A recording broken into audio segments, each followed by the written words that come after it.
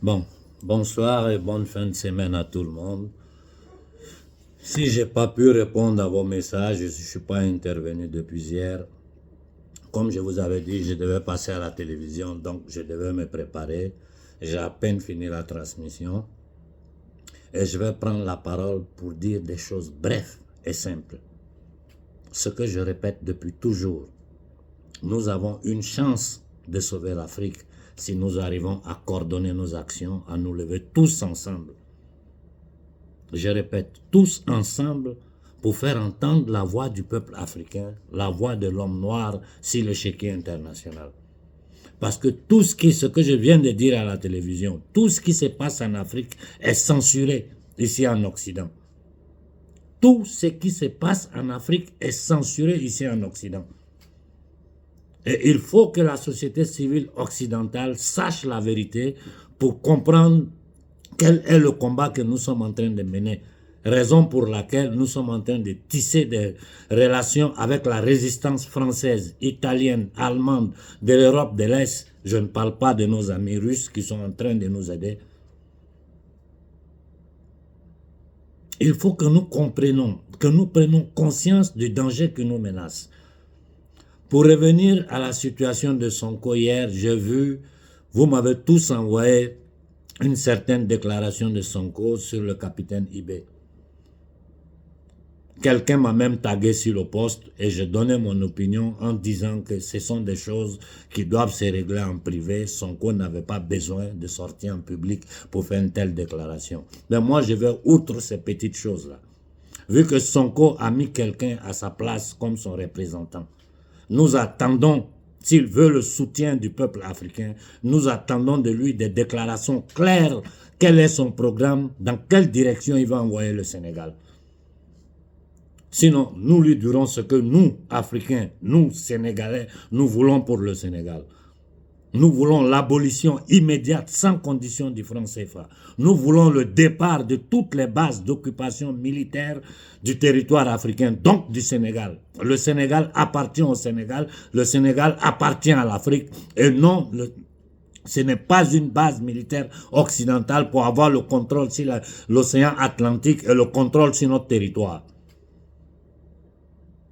Nous voulons que les richesses du Sénégal soient mises à la disposition du peuple sénégalais, que les matières premières soient d'abord transformées sur le territoire sénégalais, que le travail soit créé au Sénégal pour la jeunesse sénégalaise afin qu'elle arrête de prendre des bateaux depuis les côtes du Sénégal jusqu'aux enclaves espagnoles.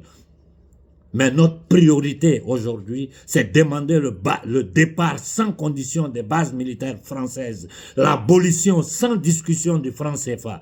Si celui que Sonko a mis comme son représentant est capable de tenir ses discours devant toute l'Afrique, nous allons tous le soutenir.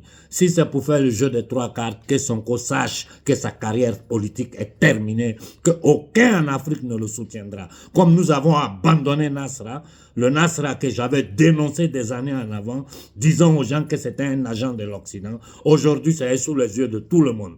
Donc Sonko, la balle est dans ton camp. Voilà ce que nous voulons. Je viens de te le dire. Si celui qui te représente est capable de le dire devant le Sénégal, devant l'Afrique, nous allons le soutenir. S'il n'est pas capable de le dire, je suis désolé pour toi, mais tu n'auras pas le soutien d'un seul Africain, d'un seul Sénégalais. Pour revenir aux dirigeants de l'AES, là je m'adresse au gouvernement du Mali. Vous avez vu l'échec que vous avez eu en appelant à une mobilisation. Il y avait 3 chars là-bas. Il n'y avait personne. Personne ne se sentait concerné par cet appel que vous avez lancé pour une manifestation. Vous savez pourquoi? C'est parce que autour du colonel Koïta, moi j'ai toujours dit, je mets la main sur le feu que ce jeune homme est un homme honnête. Le colonel Koïta, quand tu le vois, tu sais que c'est une personne propre. Ce sont les batraciens qui sont autour du colonel Koïta. Je répète, les batraciens qui sont autour du colonel Koïta, qui risquent de faire péter le Mali, qui risquent de détruire tout le travail que le gouvernement malien, l'armée malienne a fait jusqu'aujourd'hui. Grâce au colonel Koïta, grâce à son gouvernement, grâce à Choguel, grâce aux militaires, nous avons récupéré toute l'intégrité presque du territoire malien. Et nous voyons tous les coups qui sont en train de préparer contre le Mali, le Burkina. Donc arrêtez de vouloir contrôler l'opinion publique en créant des faux, c'est-à-dire donnant les enveloppes à des batraciens, des indignes, des activistes alimentaires pour essayer de soutenir ce qui n'est pas soutenable. Ça, j'ai été choqué quand j'ai vu qu'il n'y avait personne à l'appel du gouvernement. Vous devez comprendre. Ça, je dis à Koïta, ne te laisse pas avoir par ces vautours qui sont autour de toi. Ce sont des vautours. Les mêmes gens qui ont livré le Mali, qui ont pillé le Mali. Ces mêmes gens-là encore se permettent de parler dans le Mali. Il faut que tu nettoies ce pays, Koïta. C'est toi que l'Afrique regarde. Si ça va bien, c'est de toi on va parler. Si ça va mal, ils vont tout mettre sur tes épaules. Il faut reconstruire le tissu des mouvements panafricains au Mali. Il faut que les Maliens se remettent sur pied. Il faut tout reconstruire et il faut se préparer à nous lever parce que ce que ces gens-là nous préparent là. Ce que ces gens nous préparent, c'est le chaos, l'enfer. Ils feront tout ce qu'ils peuvent pour empêcher que l'AES sorte du contrôle des marchands de la monnaie et de la dette. En tout cas, Koïta, la balle est dans ton camp. Je sais que tu es déjà pris, tu as beaucoup de choses à faire, mais il faut faire un peu de nettoyage. Parce que ce que j'ai vu hier là, j'ai mal dormi. Et mes contacts au Mali, je leur ai tous envoyé la photo pour dire, mais qu'est-ce qui se passe? Et j'ai dit au capitaine Ibé, ne fais pas les mêmes erreurs. Ne t'entoure pas de vautours. Il faut supporter les jeunes Burkinabés, les patriotes qui sont dans les rues, matin, midi et soir, qui font la veille citoyenne pour te protéger, pour protéger le territoire burkinabé. C'est à ceux-là que vous devez donner des aides économiques. C'est ceux-là que vous devez soutenir. Ça, c'est des vrais combattants. C'est-à-dire, c'est des jeunes qui n'ont pas de moyens, même pour mettre des gigas dans leur téléphone. Ils ont des problèmes. Ils luttent tout ça pour essayer de tenir, protéger le gouvernement et porter en avant les aspirations du gouvernement guinéen. Burkinabé, qui sont ce que Thomas Sankara, 30 ans en arrière, a essayé de créer. À nos frères du Niger, je vous dis une chose. Ou vous vous levez maintenant contre la présence militaire américaine, ou bien vous allez le regretter.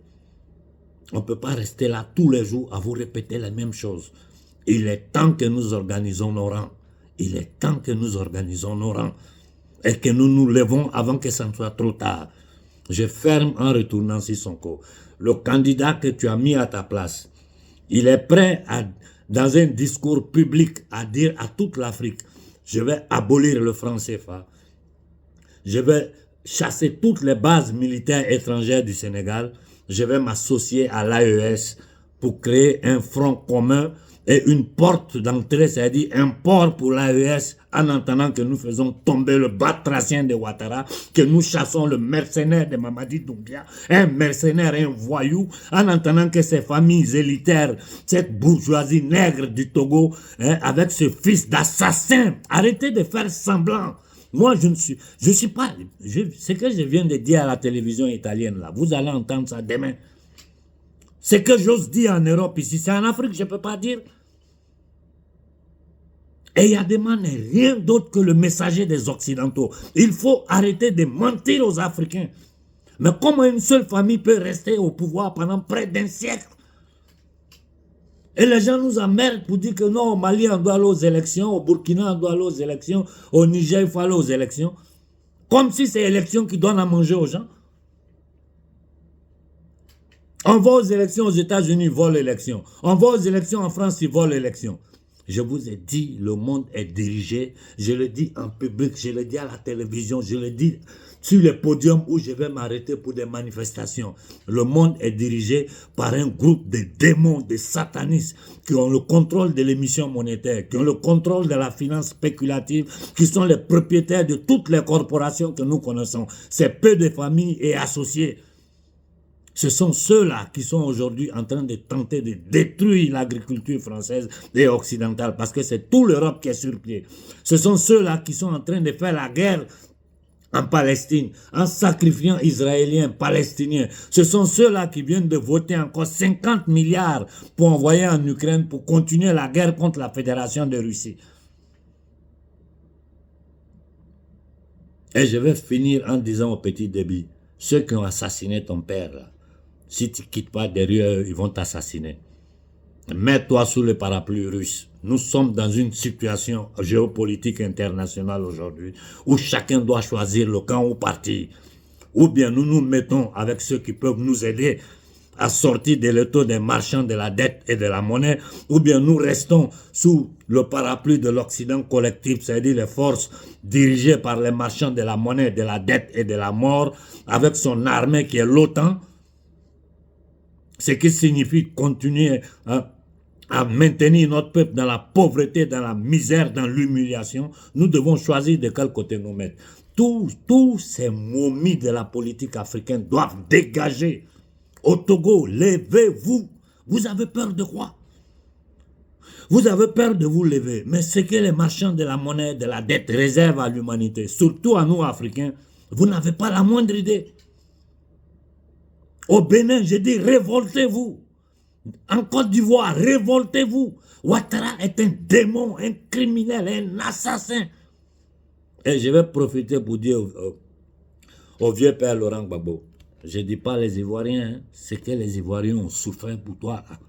Moi, j'ai vécu ça en direct. J'ai vécu ça en direct, sous la pluie, sous le soleil, dans le froid.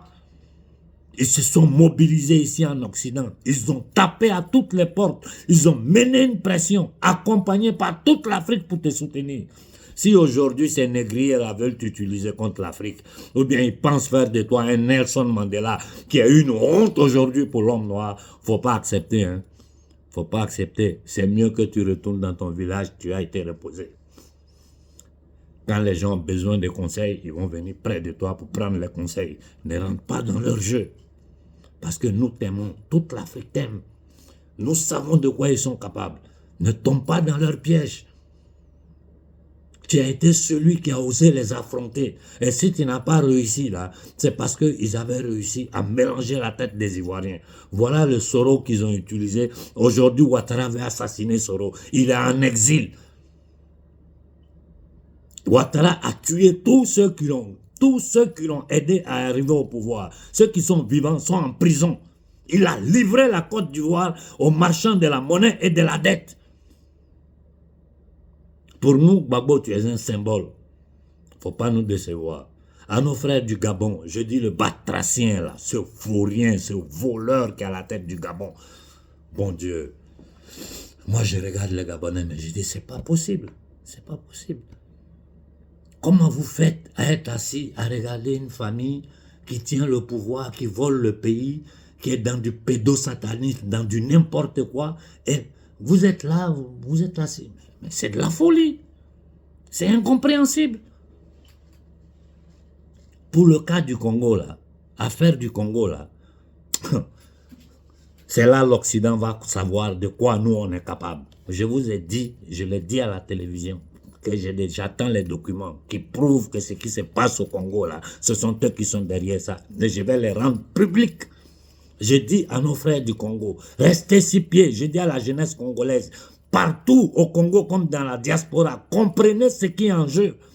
Comprenez ce qui est en jeu. Kagame, là, c'est un agent de la CIA. Il est là pour aider les marchands de la mort à balkaniser, à détruire le Congo et à prendre vos richesses. Ce n'est pas les Congolais qui doivent émerger en Belgique. Ce sont les Belges qui doivent venir travailler au Congo. Parce qu'un petit bout de terre comme ça, hein, mais moi, je peux comprendre que dans le passé, certaines choses ont été possibles. Mais aujourd'hui, en plein 21e siècle, où il y a des Congolais qui ont des doctorats, qui sont ingénieurs, qui ont toutes les connaissances, comment vous pouvez accepter que votre territoire soit... Mais les militaires congolais, quel est votre rôle? Vous portez la tenue pourquoi? La maudite classe politique congolaise, vous êtes assis à Kinshasa en train de prendre des miettes, vous et vos milliards de familles, vous vivez dans le beurre. Tout l'Est du Congo est...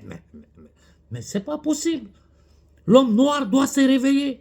Nous ne pouvons pas continuer dans ça. Nous ne pouvons pas continuer dans ça.